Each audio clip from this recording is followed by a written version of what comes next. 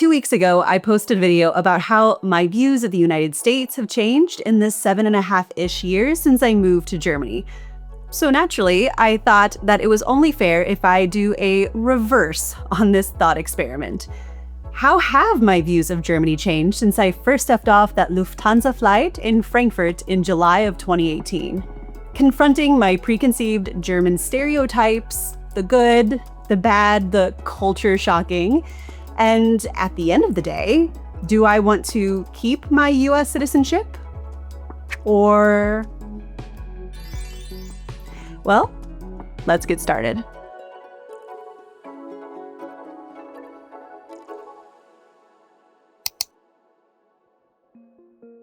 Admittedly, it's been a while since I've shared the story, and with quite a few subscribers now, I thought I would briefly share my story of how I ended up in the Black Forest of Germany, because to be honest with you, if you had told me 10 years ago that I would be here of all places in the world, I would not have believed you. And so, going back to 2016, at that time, I was in my mid-20s, working full-time as a faculty member at a university in the Midwest. And beyond a few numbers and curse words that my grandfather had taught me, I really didn't speak any German or had any connections to Germany. Nor did I think in a million years that my professional and personal life would lead me here. However, that being said, anyone who works in academia knows you really need to have a terminal degree in order to be eligible for promotion and tenure. So I always had the goal of a PhD in the back of my mind. But as fate would have it, I began long-distance dating my now husband, who was working as an engineer in the cycling industry in Freiburg, Germany. So as that relationship developed, I looked at my life in the United States and thought, what would happen? Sure, what I have right now is good. I love my job. I have friends and family nearby, but what would happen if I took the leap? If for once I didn't just do the safe thing, but went all in for the grand adventure? If not now, when? So I did it. I sold my house, my car, I packed up everything I owned into a few suitcases and moved to Germany in July of 2018 after I was accepted into a PhD program here in Freiburg. And since that time, a lot has changed, both personally and professionally. My husband and I were married, I finished my PhD, we have 2 little boys, and we bought and built a house in the Black Forest and started a business. I went from teaching part-time, studying part-time, working at an architecture firm part-time, to becoming a content creator and a mom. And alongside navigating all of these changes, a lot has had to happen behind the scenes as well. But I feel very fortunate to be where I am and have all of the opportunities that I do now.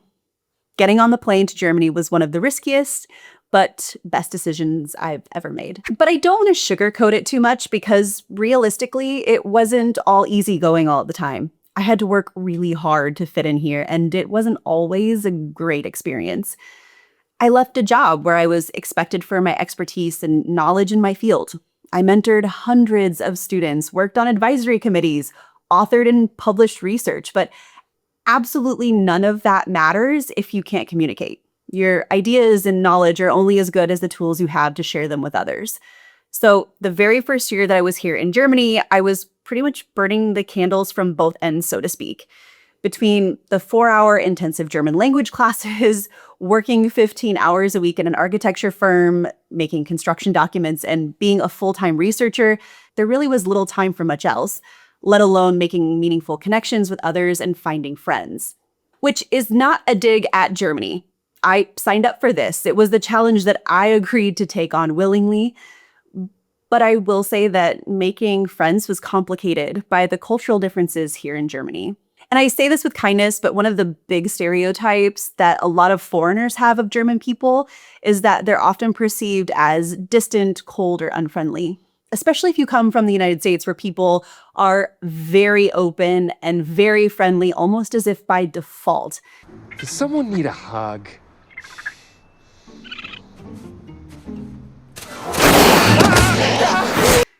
Don't get me wrong, Germans are not unkind. In fact, Germans by and large, in my opinion, are extraordinarily considerate of other people. But they aren't as keen to chatting or sharing anything remotely personal if they don't know you. In a funny story, one of my PhD advisors here in Germany once told me that when he would work in research groups with Americans, he would have to remind himself to expect 5 to 10 minutes at the start of the meeting to socialize. In his experience, Germans get down to business, but Americans like to chit-chat for a bit. And don't get me wrong, again, I appreciate the focus and diligence, but those water cooler moments at the office or chit-chatting at the start of meetings, it softens the barrier and lightens the mood. It makes it easier to start up friendships. And speaking of friendships, I think a big part of this difference is also likely due to the fact that many German people probably find the way that Americans use the word friend to be quite flippant, because the term friend appears to be a much narrower definition from a cultural perspective. A friend is personal and intimate. In the US, a friend of mine might just be someone I know from work. I may not even talk to them outside of work or interact with them outside of our predefined roles in the office, but I would still introduce them to somebody as, oh, this is my friend Jane. We work together. Whereas in Germany, this would be a colleague, not a friend. And I get it, I respect it, but I also understand why a lot of foreigners come to Germany and find it difficult to integrate here. After all, you've moved away from all of your friends and family, likely navigating a new city, a new job, or a new work environment, and then to feel like you are sort of being held away at an arm's length from the people around you until you can invest months into really connecting with them is a challenge. Plus, Germany is a low-context culture. So if you read the book, The Culture Map by Aaron Meyer, you probably know what I'm talking about, but this essentially means that rather than relying on contextual cues to reinforce desired behaviors, Germans are more blunt. They say what they mean directly. The Germans, there's the cliche, which is they have no sense of humor. That's not a cliche. I think Germans always go for a head-on collision. And I know irony, there's no sense of, they just say exactly what they mean. But being blunt to an American can deteriorate a relationship just as much as being overtly superficial to a German. Neither is right or wrong, it just takes a lot more mutual understanding to make it work. And again, I've been here 7 years now, and I'm happy to say, very thankfully, I have friends, I have neighbors who wave and say hello when we run into each other out and about. I feel like I have a real community here. So the best advice that I can give to a fellow immigrant who might be watching this video is to do your best to interpret the rigidity and stiffness of German life as an extension of politeness and consideration of others, and not at all as a cold or distant disposition. The other thing that has really changed me for the better since moving to Germany has been the ability to see international relations, geopolitics, economic deals, and cultural exchanges through the eyes of another country or culture. After all, we live in a globalized, information-heavy age. But news stories, for example, are often still relaying information and telling stories through their lens, whether that bias is intentional or not. That's why I always use our sponsor, Ground News, because it gives me an easy, data-driven, objective way to read the news. On Ground News, every story comes with a quick visual breakdown of political bias, factuality, and the ownership of sources reporting, all backed by ratings from 3 independent news monitoring organizations. And recent developments on the standoff between the Trump administration and NATO over control of Greenland has been an excellent example of how contentious geopolitical negotiations are not only reported on differently on right versus left news outlets, but also from those in the US versus those in Europe. For example, this recent story on the Trump administration's Greenland deal framework with NATO and the effect on European tariffs was covered by over 1,200 news outlets around the globe. And I've been using their new comparison feature to see specific differences between left and right reporting and those between the United States and Europe. For part of the story, a left-leaning outlet in Europe framed Trump's tariff decision as a climb down or U-turn after, quote, creating a crisis, end quote, emphasizing a retreat. Furthermore, the article labels the proposal as vague and ultimately just bullying and posturing. Conversely, a right-leaning outlet in the United States hailed the Great Framework Deal, highlighting strategic gains and mineral rights for the entire Arctic region. and touting the result as a celebration of the, quote, deal maker in chief, end quote. If one side of the political spectrum is ignoring a story, the blind spot feed will let you know so you can make up your own mind about how reliable the reporting is, which is a level of transparency that I very much appreciate when sifting through the data and reports on every subject I cover here on my channel. So go head over to ground.news/Ashton to check it out, or click the link down below in the description of this video. You can subscribe through my link to get 40% off the Vantage subscription, which includes unlimited access to all of their amazing features. Plus, when you subscribe, you not only support me, but you're also supporting an independent platform trying to make the news more transparent. And I think this discussion about being direct, authentic, and not superficial also greatly impacts the systems and securities that German people have in place to protect themselves and their neighbors. Even the word in German, Solidarität, or solidarity, is much more prevalent in spoken German than it is in American English, because I don't think Americans have a strong grasp of what that means from a social perspective. In the United States, the communities which are most valued are almost always the ones that you can opt in or out of. You have your church community, your sports community, and subsequently, the investment that you make into that community, whether it's with time or money, is largely optional, yet almost always given with a greater degree of willingness. But on the flip side of things in the United States, your actual community, the one that's defined geographically with city limits, the one that you can't opt out of, unless you physically move, which is a luxury that many can't afford, is treated with a much greater degree of hostility and skepticism. Keep in mind, I'm talking in generalities here. Of course, there are going to be exceptions, but the lowering of taxes, even if it means substantial cuts to social programs and education, are often met with resounding applause. And we frequently hear Americans lamenting about how my tax dollars are spent, or not, as if it's a personal expenditure. But when I moved to Germany 7 years ago, it became quite apparent quickly that that kind of self-centric point of view is extraordinarily foreign, especially when it comes to social programs like healthcare, childcare, elder care, and helping those that are less fortunate. Now, obviously, in Germany, this emphasis on solidarity comes from their history.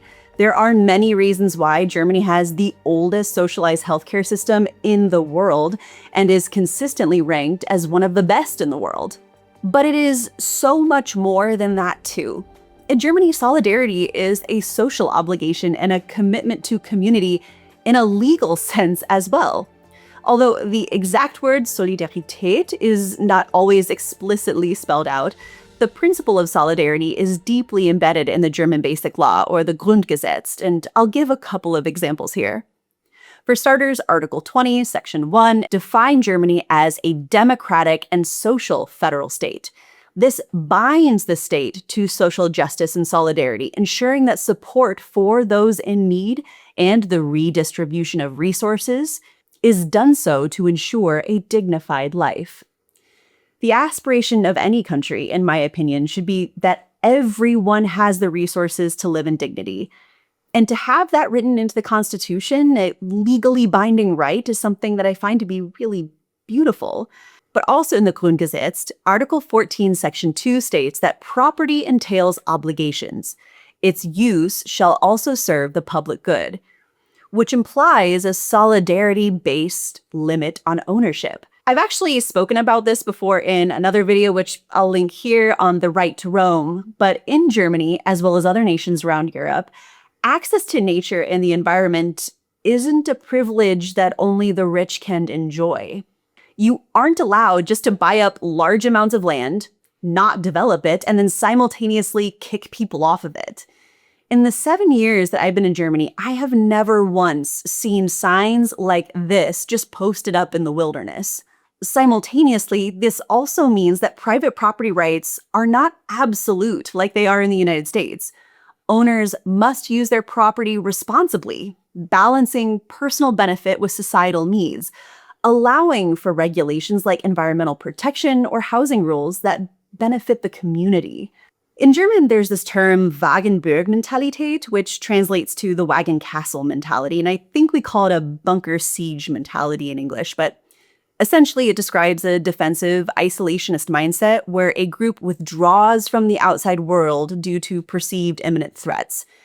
Something that ultimately undermines democratic resilience. And, I think in light of the various crises in the modern world, Germany isn't immune to this phenomenon either, but I am thankful that German culture, to me, appears at least to be better equipped to resist it. You help your neighbor, you look after your neighbor, and you create a system where everyone is supported at a basis level. And at the same time, as a member of a community, you have an obligation to not solely let your own selfishness supersede public good. And I really appreciate that. But there are downsides to the German system that I have also really struggled with, particularly now that I had children. And without sharing too much, because I want to respect his privacy, admittedly, we're just getting started on the school journey in Germany. But from what I've experienced thus far, the German school system is at times very rigid and inflexible, in my opinion, to accommodate kids that need more personalized learning, more time, more grace, to be frank. In Germany, kids are sorted or tracked into different secondary school types, Gymnasium, Realschule, Hauptschule, or Gesamtschule, around the age of 10, after just 4 years of primary school based on their academic performance and teacher recommendations, guiding them towards either university prep or vocational training paths. But the social sorting, even just psychologically, happens much earlier than that, I think. At one point, we had a teacher at his prior kindergarten tell us that he requires more than I can give him. And that just broke me.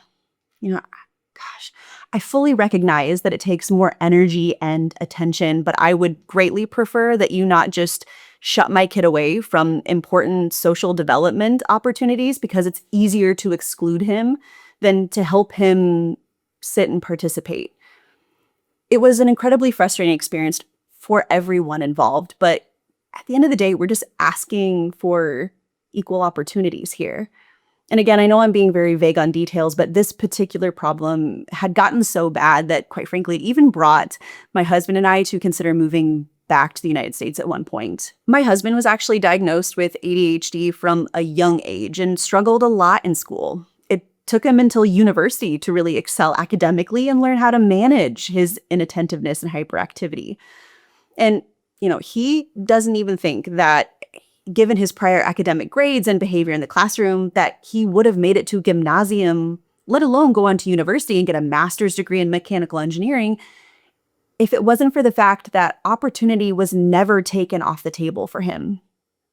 And my fear was that my child would have those opportunities taken from him, that his intelligence, his curiosity, his humor, his excitement for learning would be overshadowed because highly structured, rigid environments just don't suit him. And we're immigrants on top of it all, where German isn't our native language. So functionally speaking, we're starting at a disadvantage. And when you add on other challenges, that hill just gets steeper and steeper that you have to overcome. Now, thankfully, after a lot of back and forth interventions with specialists and resistance, quite frankly, we have finally found him a kindergarten with a new group of teachers that are much more gracious with him and are much more enthusiastic to nurture his development. At our last parent-teacher conference, one of them actually said to me, "Wir werden ihn nicht in eine Schublade stecken," which I think if you directly translate that, it sounds kind of funny. But what she means is that they won't just give up on him. They won't just shut him away in a drawer, which I think sadly happens more often than we care to admit.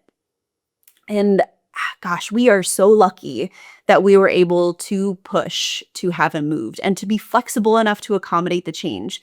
There are real childcare shortages nationwide, so it isn't lost on me that we have a very positive and unique outcome. But, this entire experience was honestly the first time that we did really question whether or not staying in Germany would be the best decision long term. Which, by the way, I think is a good transition to the final chapter, because over the last few months, years, in fact, many of you have asked, are you going to stay in Germany and become German citizens? And my answer to that is yes. We absolutely have every intention of staying in Germany and becoming German citizens. Unfortunately, only one person in our family holds a German passport at this time. This actually belongs to our youngest son, who was granted citizenship at birth. This isn't mine. And while I don't want to put the cart before the horse, as they say, I should hopefully have mine later this year in 2026. The entire process of gaining German citizenship is entirely dependent on the Landkreis where you live. If you live in Freiburg, for example, you submit everything online, and the wait, according to their Ausländerbehörde, is 2 years for processing. Now, our Landkreis, which borders Freiburg, is very much the opposite. You have to have an in-person appointment with the naturalization office to submit the documents. The mistake I made was that I really didn't reach out to them soon enough. I didn't think that I could or I should make that appointment until I had all of our documents in hand, and those take a lot of time to put together. For example, we had to take the citizenship test, but that test books out 4 months in advance. Then you have to wait another 6 to 8 weeks for those results to be proctored in Stuttgart. Now, I am happy to say that I passed with flying colors. Woo! But the long story short is that when I finally called the naturalization office to set up our appointment in October of 2024, the very nice lady who works there told me that the next available appointment to submit the documents was not until February of 2026. Right now. Again, that's the appointment to submit the paperwork, which books out 1.5 years. Processing of all of those documents takes an additional year. But I have to say, the most shocking thing to ever happen to me in Germany occurred. For all of the jesting that we like to have over the glacial pace of bureaucracy in Germany, in August of last year, I got a call out of the blue. It was the very same nice lady asking if I would like to move our appointment up 6 months to September. I know, I need to go out and buy a lottery ticket. I cannot believe we got that lucky. So needless to say, my application to officially become one of you, a German citizen, has been formally submitted, and hopefully in the next 6 months or so, we should officially take the oath of citizenship, which feels really, really good. You know, Germany has been the place where we have built our careers, our house. It's where we see our future. Germany is the only place our boys have ever called home. And being a citizen is so much more than just a passport. It's the opportunity to fully participate in a community that has given us so much in return. So who knows? Perhaps next year I'll have to amend the title of this video. Maybe it won't be how I see Germany after 7 years as an American immigrant, but rather how I see it as a naturalized citizen. Cheers to that. But I would love to hear your thoughts on my reactions and observations about Germany down below in the comments, as always. And if you enjoyed what you saw today, be sure to hit that thumbs up button. And for more content from Type Ashton, hit that subscribe button. So I'll see you next time. Cheers!